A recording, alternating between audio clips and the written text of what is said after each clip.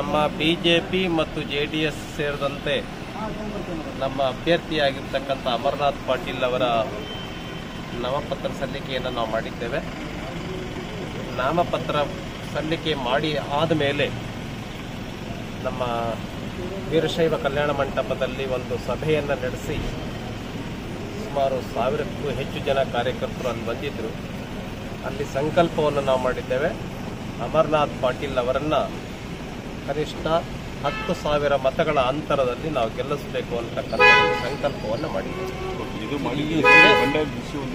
ನಾಮಪತ್ರ ಕೂಡ ಅಲ್ಲ, ಅವರು ಕೂಡ ಟಿಕೆಟ್ ಕೇಳಿದ್ರು, ಸುರೇಶ್ ಸಜ್ಜನ್ ಅವರು.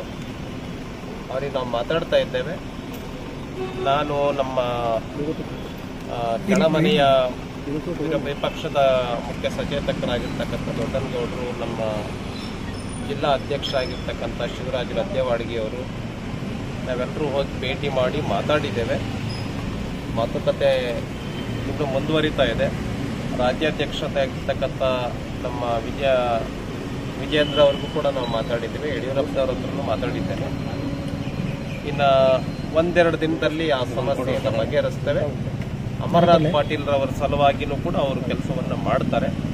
ಇನ್ನೊಂದೆರಡು ದಿನದಲ್ಲಿ ಆ ಸಮಸ್ಯೆಯನ್ನು ನಾವು ಬಗೆಹರಿಸ್ತೇವೆ, ತೆಗೆದುಕೊಳ್ತಾರೆ ಅನ್ನುವಂಥ ಪೂರ್ಣ ವಿಶ್ವಾಸ ನಮಗಿದೆ. ಮಾತಾಡ್ತೇವೆ, ಪೂರ್ಣ ವಿಶ್ವಾಸ ಇದೆ. ಅವರು ನಮಗೆ ಸಹಕಾರವನ್ನು ಕೊಡ್ತಾರೆ.